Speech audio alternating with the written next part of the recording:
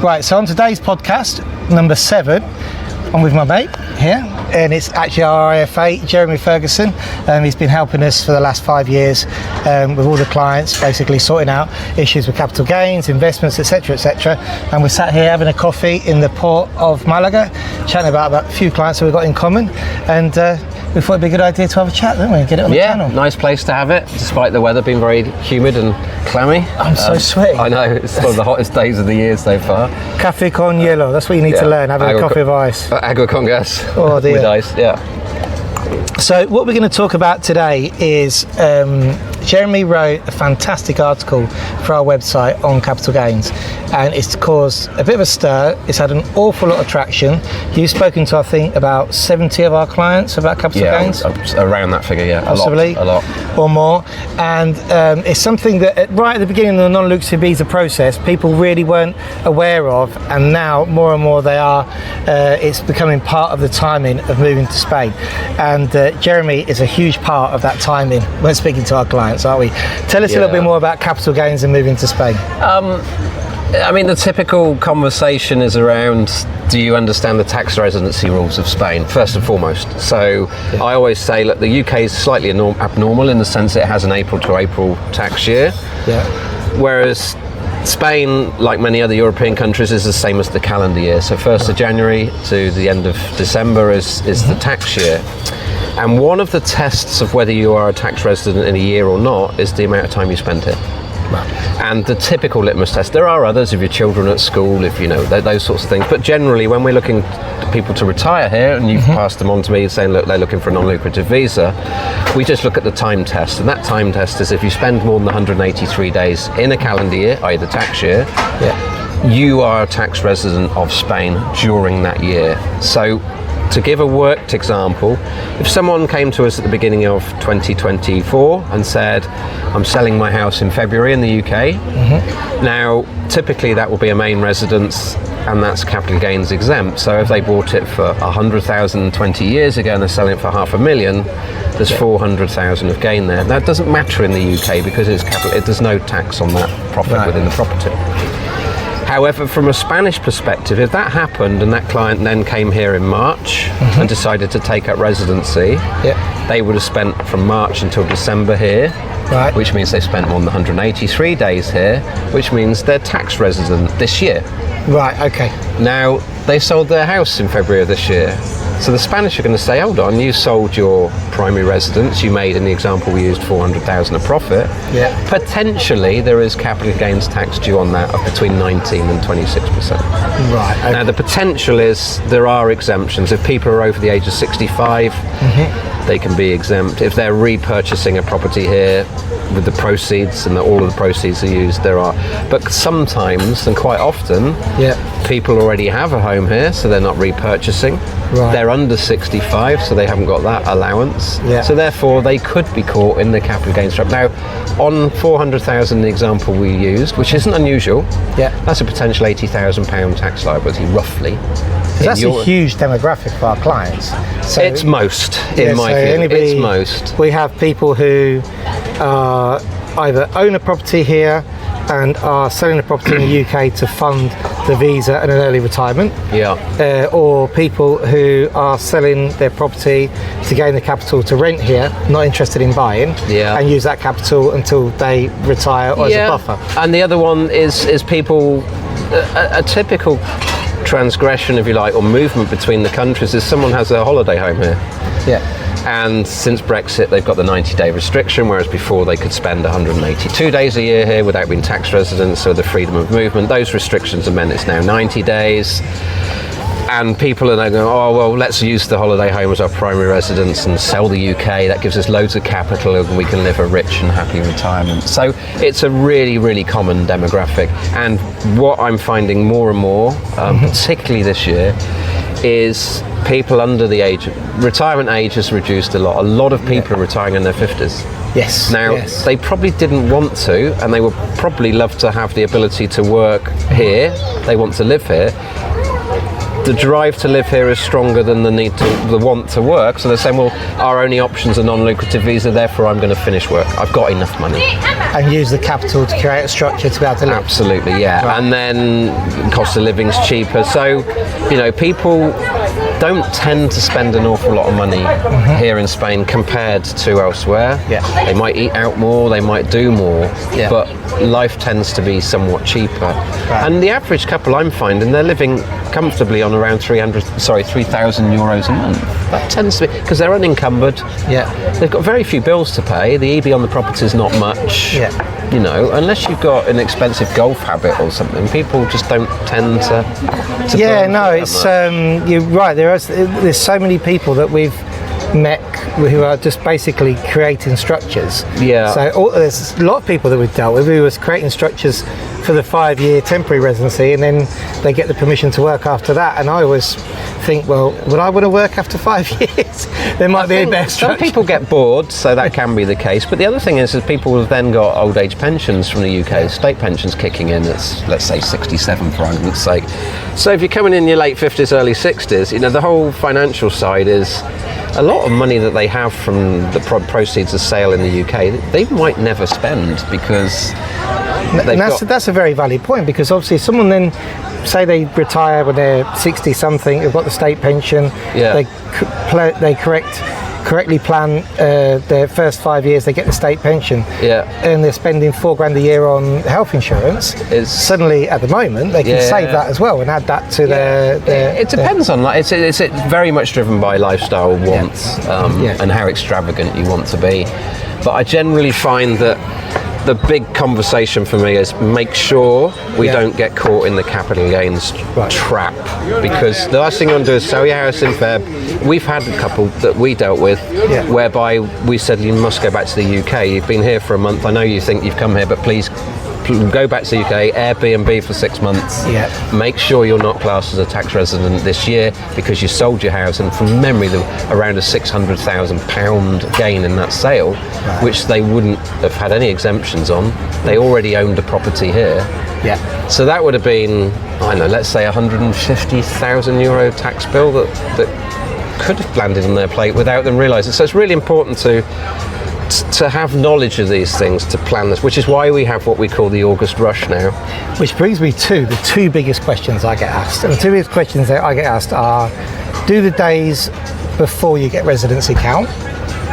So, i.e., if someone decides they're going to get residency in July, but they've been in Spain in April and May, enjoying those days. That's the biggest question I get asked. Always take that one into account. Now, theoretically, that there can never be more than 90 days in that period because they're restricted by the 90-day.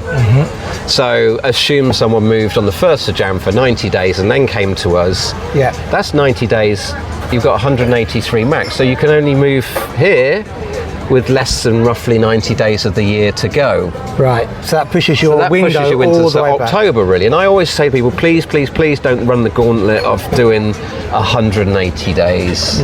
Because if you are inspected, which is needle in a haystack, but if you were and you had to prove things, they only need to say, well, that's not acceptable, that overnight travel wasn't, by a day or two, and you could fall into that trap. So I'm always just, let's not make life stressful, let's just leave at least a month or two as leeway. Does that make sense? So absolutely. So every day counts, because the second question we get asked is, well, if I get residency under the NLV, I can be out this amount of days, can I just leave and keep within my window? And I think you can't, can you? Once you've got residency, those days out count as well, don't they? So I mean, once you're resident, we've got with the NLV, I think it's 2 months a year you're allowed out. 6 months in one go, but over the 5 years it's 10 months. So I always say to people as well, importantly, you must recognise that you've been given, if you like, permission to live here for 5 years. You haven't got the right to live here like you had before. You've been allowed to live here, subject to financial criteria, which we talk about a lot.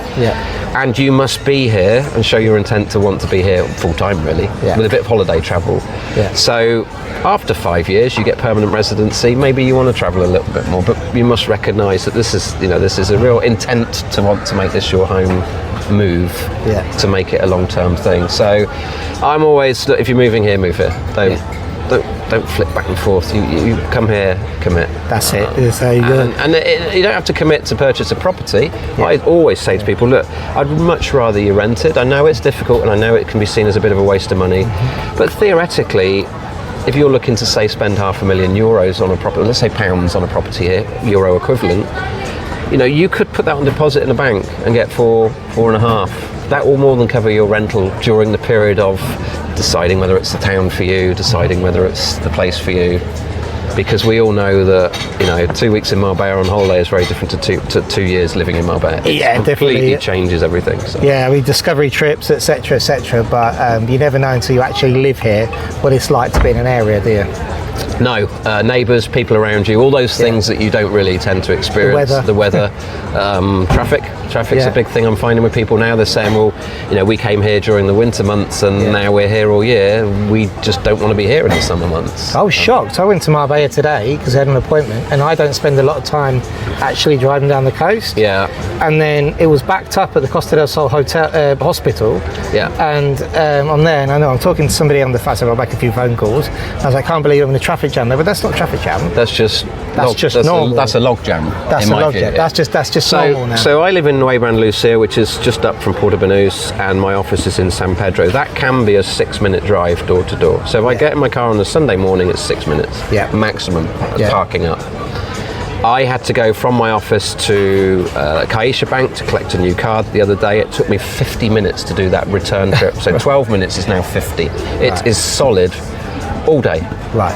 Yeah, and we used to call it the San Pedro tunnel. Before the tunnel was there, San Pedro was a logjam, then the tunnel freed it. There's so many people moved here, and we've got that one vein capillary running through the centre of the coast, which is the 340, and there's nothing else there. Yeah, no, it is. So going back to the capital gains then, basically, to summarise, you cannot spend, whether as a resident or a non-resident, 183 days in Spain during the January to December, or you'll be a fiscal resident. There are sections. I always say normally, as a simple rule of thumb, don't sell the house the year in which you're a tax resident. Right, so if you sell your house, make sure your tax residency starts the following year, for example. So just the year in which you sell it, unless of course you sell it in November, you can come here straight Because away. We're not only talking about when you do your tax declaration, do capital gains, we're talking about income as well, aren't we? Yeah, all sorts of things. So being a tax resident could have far-reaching consequences. So pension withdrawals, if you take your lump sum from your pension, they call it pension commencement lump sum now.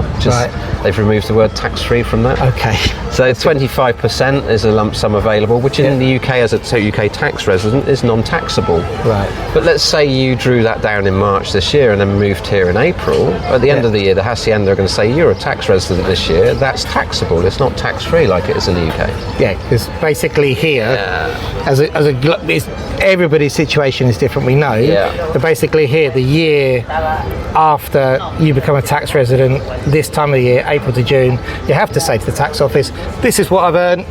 Yeah. There you go. Tax on it. Now, there may be different vehicles which mean you get taxed less, but basically that's how a tax return works here, doesn't it? Yes. Yeah, it's very simple, and there are things people just don't take into account. So, if you're already drawing a pension in the UK, the HMRC will withhold 20% of that payment to you in advance tax.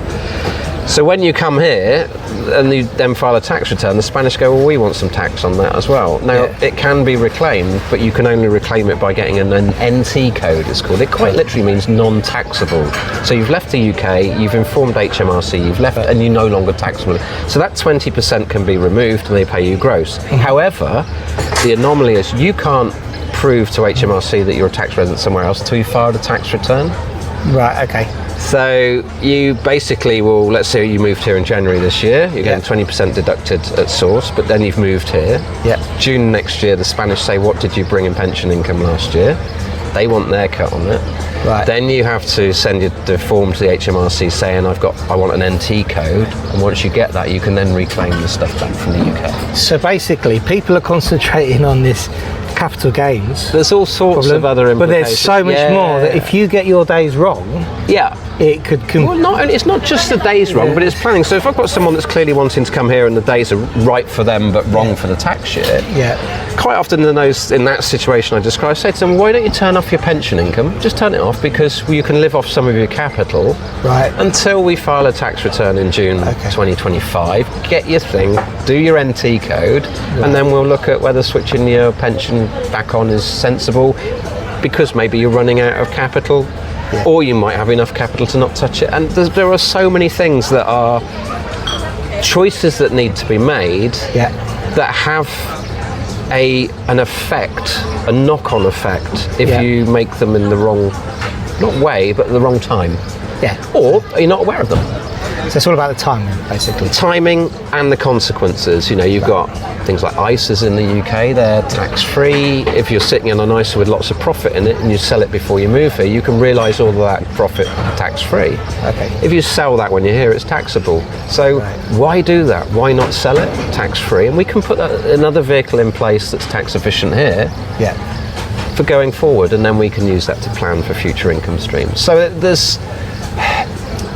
I wouldn't say it's a spider's web, but there are lots of different things that you need to control and be aware of, that you can do most of it and just get one wrong, and that's what I do, because I'm saying to people, look, I do this all the time, and most people fit in a similar box. Most will be, well, you're like client A, you're like client B, you're maybe like client C, but most people are in a similar scenario.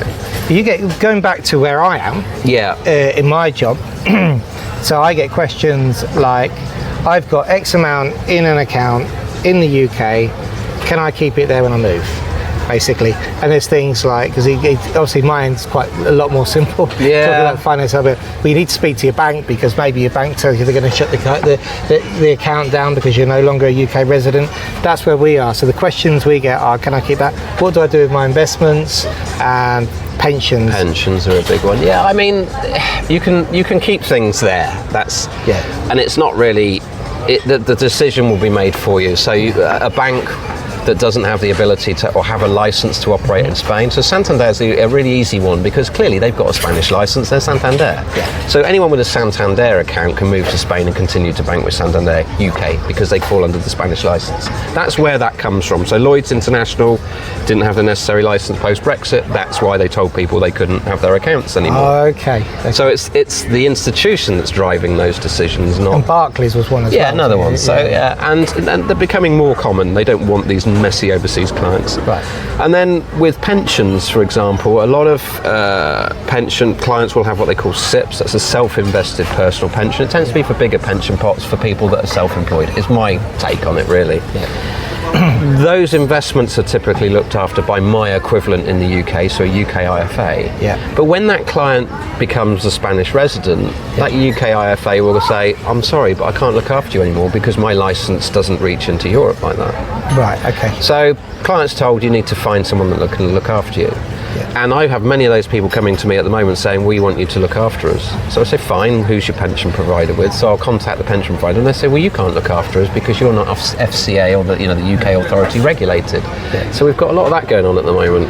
So we have solutions for those things that there's a small expense to them, and we do have those. But again, that's forced upon a client. That's not a client's choice. They haven't asked to lose their advisor they've probably worked with for years.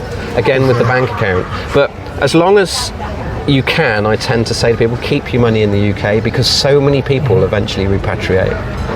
And I don't like the exchange rate at the moment. Why consolidate at 116 your wealth? What happens if you go back in 10 years' time? Do you reconsolidate the other way? I tend to say, look, if you've got a UK pension pot, if you've got UK bank accounts, keep it like that. And then maybe we can try and snip little bumps in the exchange rate to bring some money over for you, because most people drip feed that money across. And then from an inheritance point of view, it's kept in the same place, it's simpler. I don't want to make people's lives complicated. They've come here to retire and try and live longer, having a simpler life. The last thing I want to do is come up with crazy fandangled schemes. So let's keep it simple.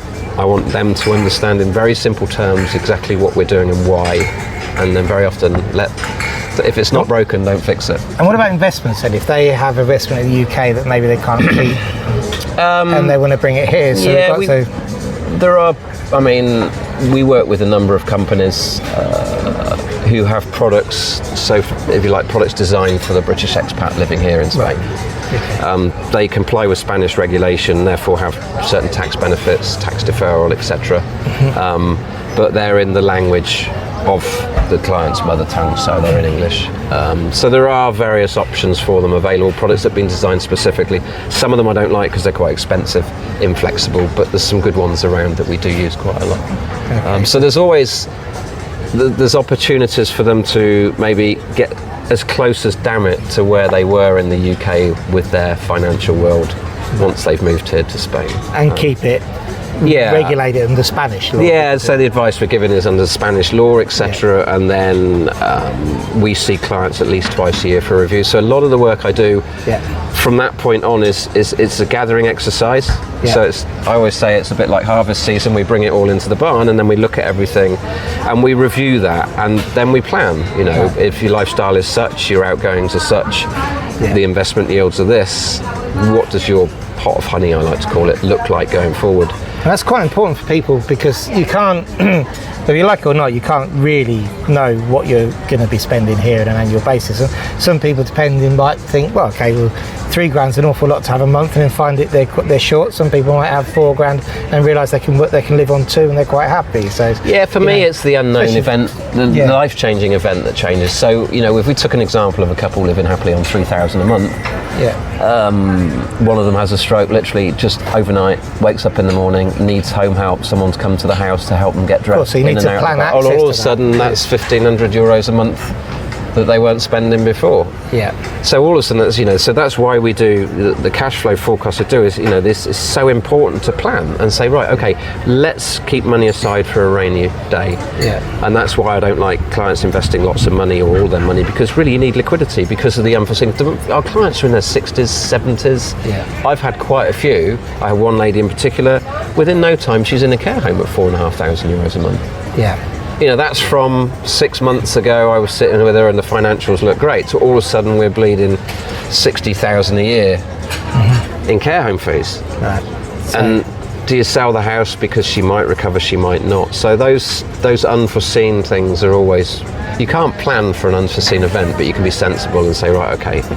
You can cover. You can cover, So as I say that the whole, you know, the conversation that starts when you introduce a client saying, look, these clients are talking to me about an NLV, that's why I love to ring them up. What we've just, the blurb I've come out with, you can't do on a form saying, can you tell me about capital gains? I'll be like, well, I can, but what about all these things? Well, that's what I mean. That's why we do the call initially as well, and why our book calls have worked so well, because see, when people speak to me, they're focused on what are the requirements. So it's what are the requirements to get it, and I'll say, okay, well, how much have you got? Okay, well, we've got this. I'll be like, okay, so this and this covers our first year. And they'll be like, okay, this is our plan for the second year. We've got passive income of this. This is what we'll be, as you say, bringing over to Spain, and we try and make sure that comes into an account in a way that immigration will like to see it. Try and position the savings. I mean, it depends. For example, Malaga are very good at actually accepting savings in a foreign account. Almeria, not so much. Alicante are good. And then after that, that's as far as I go. And after that, over the years that we've been working together on this, I'll look at it and go, but before we can start, you need to speak to Jeremy, because I can see maybe there's a liability in a different structure here, but that's as far as I want to take it. It works well because these things are intrinsically linked. You know, if you're going to come here now post-Brexit and you want a non-lucrative visa, there's the word lucrative in there. That means money, in my view. We have to look at and assess much more carefully the financial situation. So they have to comply with having enough money to start with. And I've had clients, and I'm saying, I'm really, really sorry, but you have not got enough money to move here. You can't satisfy EPREM and the requirements for 5 years, which is heartbreaking. And people say, well, it's not fair. It wasn't like this. Well, no, it wasn't like this. Unfortunately, you know, no longer have freedom of movement. And then, you know, conversely, you have people at the other end of the spectrum. They've got loads and loads of money, and they're worrying about whether they've got enough money or not. So for me to sit with them and say, look, you're fine, and really, we need to be talking about what you're going to do with this honey pot when you pass away, because there's going to be so much left. We have so We much need to- confusion about now, because people don't realise, clients don't realise sometimes, and quite rightly so, looking at social media, everybody thinks that they have to have this, as you say, honeypot or savings in place as well as the passive income. Yeah. Right, but it's not like the NLV was designed for passive income. It was designed for people. But they'll capitalise it as simply as that. You know, they multiply it by 5 and say, as long as you've got that in the bank, divide it by 5 and you've got enough for our income requirements. That's enough, you know. So we have people, the whole thing of using savings and capital for an NLV, I would say it's relatively new, but it is, and it's something that Brits have been able to adopt and use and set up structures, whereas before, when Americans used to use NLV, for example, most of them had their pensions from the States, which covered their requirements.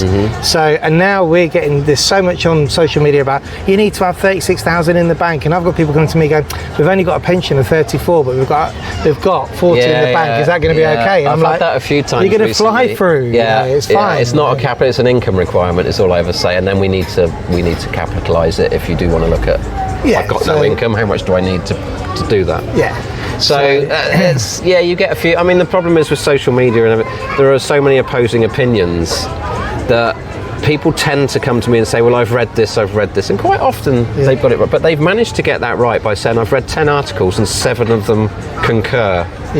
So therefore that's got to be right. Now I'm like, well, no, not always, but that's why we're here, that's why we have jobs, to help these people. I suppose it's one thing, very important point to make, is that albeit social media is very good and people give great advice on there, but it's their own personal experience and it's their own personal circumstance. And albeit there is a structure to the NLV, there's a structure to the financial planning, not everybody falls into the same structure. I mean, the thing is, it's a forum where anyone can write anything. So a great example I give to people is outside of Portobello a couple of months ago, there was this big 5-mast ship. And someone had put on Facebook, does anyone know whose this is? Thinking it was a private yacht.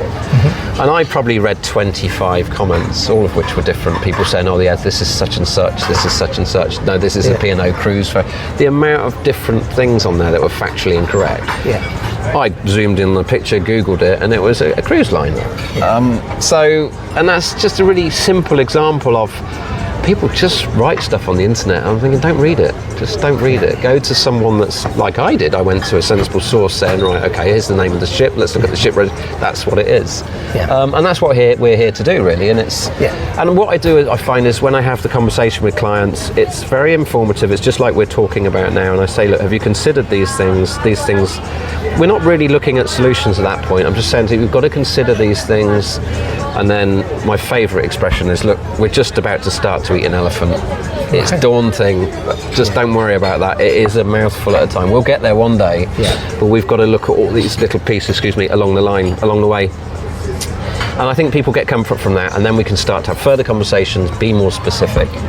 And then you can get involved in saying, right, this is feasible, let's get on with getting you here. It's great how it works. I mean, now we're talking to people, I think you've been helping clients of ours that we spoke to 2021, 2022, and they're coming over now. We're talking to people now for 2025, 2026. We've just taken some deposits from clients who have come on board, which I spoke to early last year. And I think you spoke to them, and then it was going to be late last year, then the house sale fell through. That's common at the moment. So common, the chain. I know. We always get this question of, but what happens if the chain collapses and my house falls through? I said, I always have to go back to clients and say, well, let's look at the liability. Liability is how much we're going to spend on the paperwork. So we've got acros, apostilles, and how far we get down that road. Some of which you may be able to use. Some of which you may be able to use, some not, depending on how close you are to the end of the year.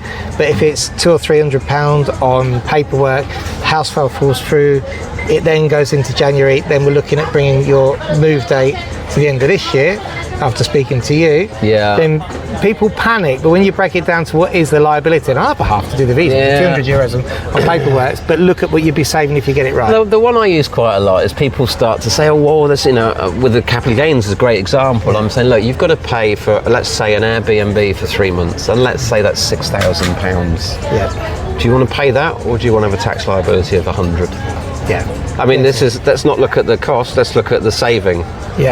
You want to be that much better off and start your life off in Spain with more money. And I tend to use that analogy again for all sorts of things where, look, listen, we mustn't look at the pennies because this is a huge decision. It should be life-changing for you of immigrating. And to look at that is the wrong starting point. You know, if we need to restart the process because of liabilities and it costs you another 500-600 euros, so be it. And there's such a battle when you're doing these things. It's quite funny because at our end, I'm laughing because you're there talking to somebody and going, in 5 years' time, this would probably be the plan that we need for your income. This will be the structure. And I'm trying to explain to somebody, this is an acro. And this is what's immediately in front of their face. And we all do it, don't we? You know, we all do it on a daily basis. I'm going, medical certificate. This is, at that point in time, that document is so important, and it's quite hard to sort out. But they'll be thinking about the dog's bed coming over in the van. It's just crazy stuff that goes on. So your financials, I'm processed, and next thing you know, we don't take into account personal circumstances, like I'm leaving the grandkids. So all of this turns into sort of a. I think that's our job, and you know, the wealth of experience that we build experience every day. We meet people with different. But as I said earlier on, you know, we can pretty much categorise people. And you know, the grandchildren, the children, we know the patterns and the pools of things that happen. I mean, I've always been quite a big fan of, if you're coming here, commit. A lot of people say, well, what we're going to do is rent in Spain and keep the UK house and we'll keep it as a bolt-on. That's an incredibly negative pull back to the UK, because very often you'll have the 6-month wobble, I call it. Spanish paperwork starts to annoy you, the Spanish driving starts to annoy you, the kids aren't happy at school, or if you're retiring you're getting bored, the heat is too much in the summer.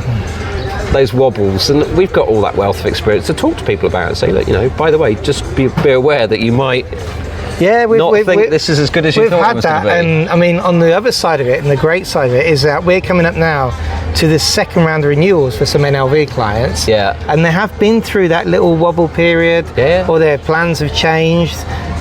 We've had people who have got married, we've had people who got separated, we have all sorts of things going on. But there are, the wealth of experience, so the last 4 years of doing NLVs, there is so many people out there who, I mean, those first pioneers who came over NLV, you know, they're there, and there is plenty of clients out there which have made a successful, have got a successful story, you know, so. I would say 99 out of 100 work, maybe slightly less, but as a general rule of thumb, it's people think a lot of people say to me, wish you'd done it years ago, but hindsight's a wonderful thing. But it is.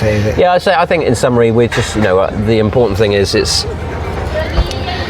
being there as a service of a conversationalist, of someone that can help and give ideas and also put solutions on the table. Say, you know, really, please don't worry about a lot of these things. They can be dealt with, and it's my job and your job to make sure they understand why and the costs and those sorts of things. Apart from that, there's no real rocket science. So we put basically, I explain to people, this is your timeline, this is what we're going to need, this is the flexibility. You're essentially giving them their options to say, well, actually, we need to get that structure here. And go ahead. And sometimes it's the painful, listen, this isn't going to work for you. No. People don't like to hear that word, but I've had to say it a few times. You can't do this. It's beyond your. Or you can't do it right now, because if you want to come 3 months later, it's very expensive. Jeremy, listen, it's been fantastic having you. Pleasure. On the podcast, and thanks for coming here into Malaga. Look at it. Looking at apart from the. Humidity is absolutely intense. I feel like I'm in Singapore or somewhere like that, or Hong Kong in there. Never been to Singapore, but it does feel like it, from what I've heard. And so anyway, Jeremy's contact is below. We've got a form that if you want to contact Jeremy, you can fill out, and then you'll get notified straight away. Obviously, time permitting, you'll get back to people as soon as possible. I tend to send an email just saying I've got you, and can we speak next Monday at such and such a time. So I always like to pick the phone up. It's my preferred route. I think they're the same. Excellent. We're the same. So, and obviously our clients, if you want to speak to Jeremy, just contact us as well. That's it. Thank you very much. Thank you. Pleasure. It's been an absolute pleasure. And we're going to carry on. We're doing some more videos on the channel. Podcast number 7. We've got a big surprise coming up for podcast number. No, this is number 7. Podcast number 8. We've got a big surprise. So remember to like, subscribe, and hit the bell and share with your friends if you haven't already. Thanks for watching.